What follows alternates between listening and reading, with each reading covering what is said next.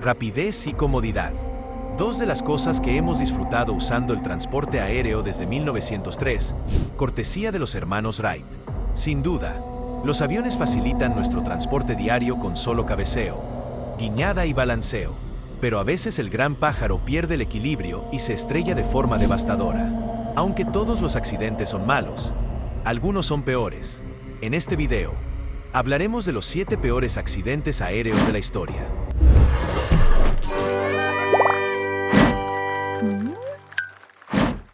Número 7. Vuelo 123 de Aerolíneas de Japón. Este accidente es uno de los peores de la historia. Ocurrió el 12 de agosto de 1985, cuando el vuelo 123 despegó del aeropuerto de Haneda, Tokio, con destino a Osaka. Todo transcurrió con normalidad desde el primer minuto hasta que se desató el caos en el cuarto y sexto. El mamparo de presión trasero, que ayuda a mantener la presión en la aeronave y la protege de explosiones, se rompió repentinamente. Esta falla provocó una rápida despresurización en la cabina, arrancó el alerón de cola y desactivó los sistemas hidráulicos.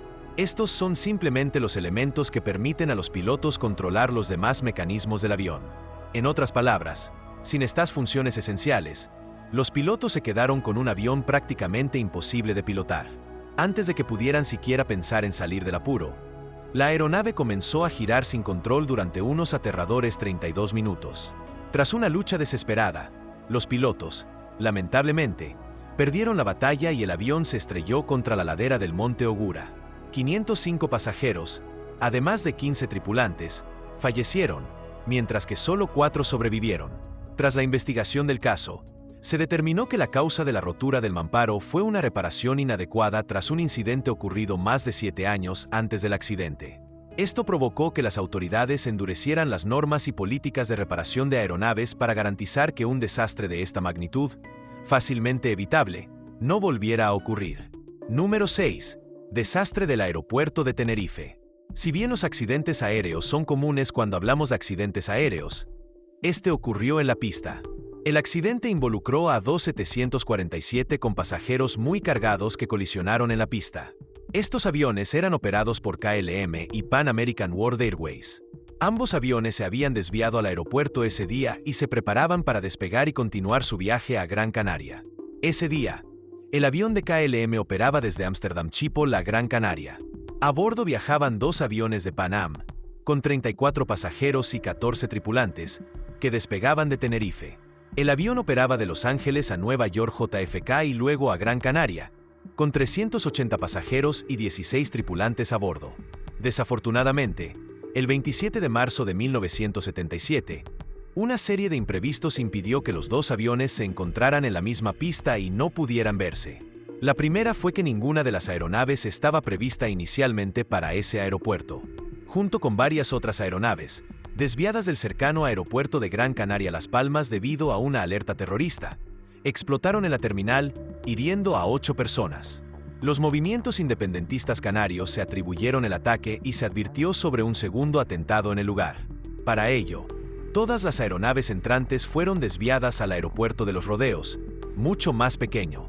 El aeropuerto solo contaba con una pista, una calle de rodaje paralela y un estacionamiento limitado para aeronaves. Las aeronaves desviadas se vieron obligadas a estacionarse en la calle de rodaje principal, lo que significaba que las aeronaves que salían debían rodar hasta su posición utilizando la pista. Ese día solo había 2 controladores aéreos de servicio, y tuvieron que gestionar mucho más tráfico del que el aeropuerto había visto jamás. Número 5. El vuelo de Pan Am. El vuelo estaba listo para despegar primero, ya que sus pasajeros no habían desembarcado mientras los de KLM desembarcaban. Sin embargo, el 747 de KLM impidió que Pan Am entrara en la pista y tuvo que esperar a que estuviera listo.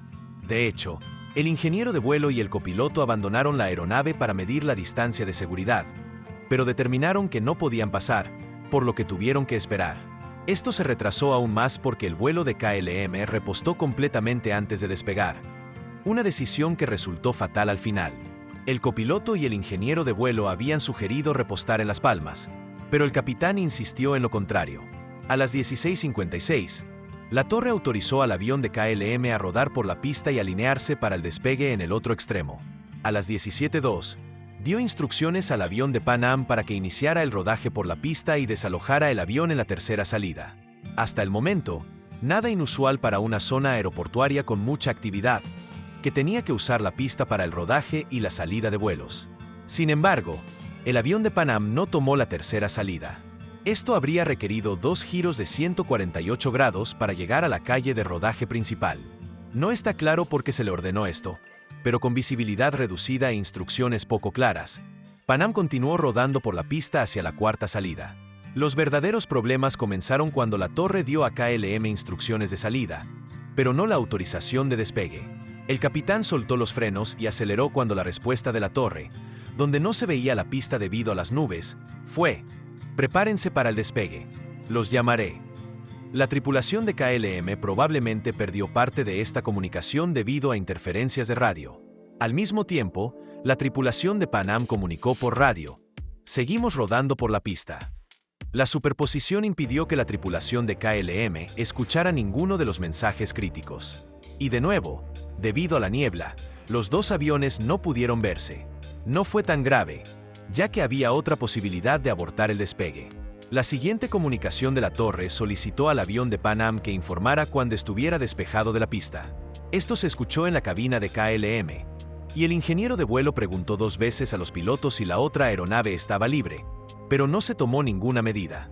La aeronave de KLM aceleró por la pista hacia la aeronave de Pan Am, que se aproximaba a la cuarta calle de rodaje. Según la grabación de la cabina, fue el capitán de Pan Am quien primero vio acercarse la aeronave. Aceleró a fondo e intentó virar la aeronave hacia la izquierda, en dirección a la hierba. Cuando la tripulación de KLM vio la otra aeronave, intentó girar antes, pues ya era demasiado tarde para detenerla. El morro y el tren de aterrizaje se separaron del avión en tierra, pero la parte inferior del fuselaje y el tren de aterrizaje principal impactaron contra la parte superior central del fuselaje del avión de Pan Am. El motor derecho se desprendió e impactó contra la cubierta superior. Las fugas de combustible provocaron un incendio que se cobró la mayoría de las vidas. Debido a la baja velocidad y a la pérdida o daño de los motores, el avión de KLM entró en pérdida y se estrelló contra la pista a unos 150 metros del avión de Pan Am. Con su carga completa de combustible, el incendio resultante fue devastador. El accidente dejó 583 víctimas, entre ellas todos los pasajeros y la tripulación del avión de KLM. Hubo 61 sobrevivientes en el avión de Pan Am, incluyendo a la tripulación. Sin embargo, ambos aviones quedaron destruidos. Si este accidente se pudo haber evitado, el siguiente no dejó otra opción. Número 4. Colisión aérea mortal el 12 de noviembre de 1996. 2 aviones colisionaron en el aire y se precipitaron en un pequeño pueblo llamado Charkhi Dadri, a 100 kilómetros al oeste de Delhi. De los dos aviones, uno pertenecía a Kazakhstan Airlines y el otro a Saudi Arabian Airlines. El accidente ocurrió a las 18:40, cuando el vuelo de Kazakhstan Airlines se aproximaba por el lado opuesto. El controlador le indicó al avión kazajo que mantuviera 14,000 pies y esperara instrucciones. Poco después, el avión kazajo informó estar a 15,000 pies, a 46 millas del aeropuerto. El controlador respondió diciendo: «Recibido, mantén 150. Tráfico identificado a las 12. Boeing 747 Saudí recíproco, a 22,5 kilómetros informe a la vista». La tripulación de Kazajstán respondió preguntando la distancia, a lo que el controlador respondió: 14 millas ahora. Roger, 1907. Al no recibir respuesta, volvió a advertir: tráfico en 13 millas. Nivel 140. Sin motivo alguno, el avión kazajo descendió por debajo de su posición prevista y chocó con el Boeing 747 de Saudi Arabia Airlines. Inmediatamente, ambos aviones se desplomaron en llamas. Este accidente causó la muerte de los 349 pasajeros y tripulantes de cabina. Más de 500 toneladas de material cayeron del cielo y se estrellaron en campos de mostaza y algodón en Charkhi Dadri, Haryana. Este accidente en Charkhi Dadri contribuyó a 2 cambios importantes en la industria de la aviación. Se alegó que el accidente se debió a una falta de comunicación debido a las diferencias lingüísticas. Por ello, las autoridades aeronáuticas internacionales decidieron exigir el dominio del inglés en la industria. Esto garantizó que tanto los pilotos como los responsables del control de la aviación pudieran entenderse con facilidad y fluidez, minimizando así cualquier error humano. El accidente también dio lugar a la implementación de sistemas de prevención de colisiones en vuelo, TCS, en todas las aeronaves. Este dispositivo alerta a los pilotos si una aeronave invade su espacio aéreo. Número 3. Vuelo 981. A veces, el simple hecho de asegurarse de que todo esté en su sitio puede salvar vidas. De alguna manera, un pequeño problema provocó un grave accidente aéreo el 3 de marzo de 1974. El vuelo 981 de Turkish Airlines tenía previsto volar de Estambul a Londres Heathrow, con escala en el aeropuerto de París-Orly. El primer tramo de Estambul a Orly transcurrió sin contratiempos, con un tiempo de vuelo de 4 horas. El tramo de Orly a Londres comenzó a las 12:32 del mediodía, hora local, pero algo salió mal a los pocos minutos del vuelo. De repente, mientras el avión sobrevolaba Mo, a unos 50 kilómetros, perdió la puerta trasera de carga. La pérdida de la puerta de carga trasera izquierda provocó una gran diferencia de presurización con la cabina inmediatamente superior. Esta sección se desprendió del avión, junto con los 6 pasajeros que ocupaban. Sin embargo, la pérdida de la puerta provocó que los pilotos perdieran el acceso a partes críticas del avión, como el timón, el elevador y el motor. La pérdida de control desplazó el morro 20 grados hacia abajo, lo que provocó un aumento de velocidad. Los intentos de levantar el morro y nivelarlo fracasaron, lo que provocó que el avión se estrellara en el bosque de Ermenonville tan solo 77 segundos después de que se desprendiera la puerta de carga. El avión se estrelló a una velocidad de 783 km por hora, partiéndose en miles de pedazos. Esto dificultó la identificación de las víctimas y la recopilación de pruebas, dada la extensión de los restos.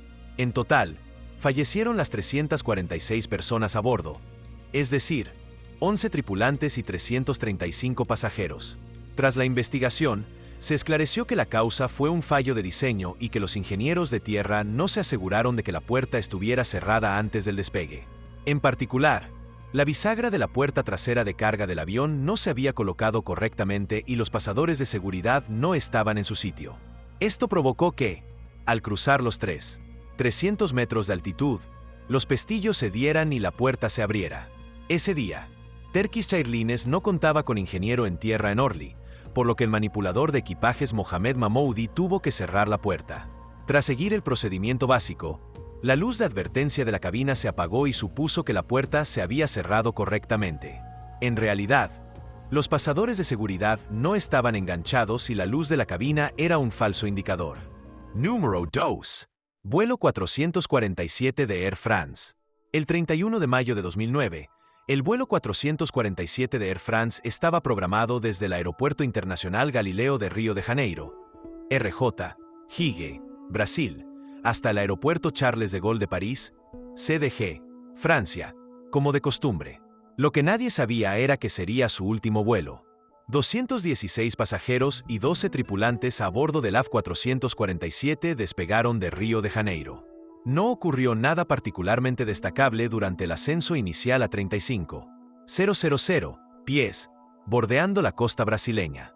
A medida que el vuelo se dirigía hacia el norte, contactaron con el control de Recife, que supervisa la zona más oriental del país, así como algunas aguas cercanas. Sin embargo, una vez lo suficientemente lejos de tierra, el AF 447 se encontraría en Fer Atlántico, que no contaba con cobertura de radio convencional y no podía ser rastreado con tanta facilidad. El clima en la zona era bastante típico de principios de verano, lo que implica fuertes turbulencias que causan nubes de tormenta. Poco antes de las 2 de la mañana del 1 de junio de 2009, el capitán abandonó la cabina para descansar, intercambiando su lugar con el tercer piloto. 8 minutos después, los dos pilotos sintieron calor y reconocieron un olor diferente, probablemente debido a la gran cantidad de agua y hielo que habían absorbido los motores. Los cristales de hielo comenzaron a golpear el A330 a medida que aumentaba la turbulencia. A las 2:10, tanto el piloto automático como el acelerador automático se desconectaron y el avión se inclinó hacia la derecha. Críticamente, el indicador de velocidad aerodinámica bajó de 275 nudos a 60 y el altímetro descendió unos 200 pies. Conmocionado y repentinamente pilotando a mano, el primer oficial intentó rectificar la situación accionando el alerón izquierdo y subiendo. Desafortunadamente, Cada acción secuencial de la palanca lateral para volver al vuelo nivelado sobrecorrigía la anterior, mientras ascendían a 38,000 pies. Una avalancha de mensajes y advertencias del ECAM bombardeó a los pilotos. Entre ellos, se oía una advertencia de pérdida de sustentación. Las luces principales de advertencia y precaución se habían encendido en medio del caos de luces, sonidos y confusión. Se habían omitido muchos elementos de memoria de las listas de verificación relacionadas. Los pilotos daban vueltas, intentando comprender la situación desesperadamente, pues estaban muy confundidos. Esto convirtió el vuelo en una montaña rusa de subidas y bajadas durante los siguientes minutos. Lamentablemente, el Air France 447 entró en pérdida y se estrelló en el Océano Atlántico. Las 228 personas a bordo perdieron la vida en este trágico accidente. Número 1. Atentado de Lockerbie. El 21 de diciembre de 1988, el vuelo 103 de Pan American, un Boeing 747, despegó de Londres con destino a Nueva York.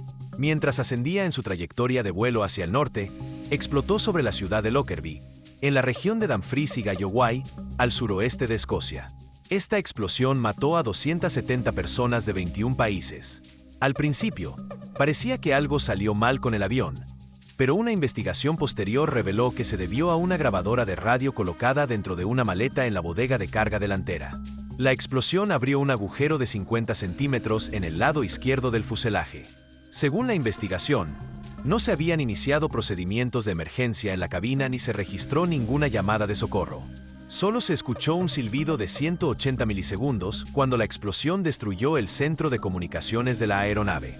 Debido a accidentes como estos, la Administración de Seguridad del Transporte, TSA, ahora cuenta con diferentes métodos para detectar explosivos en los aeropuertos.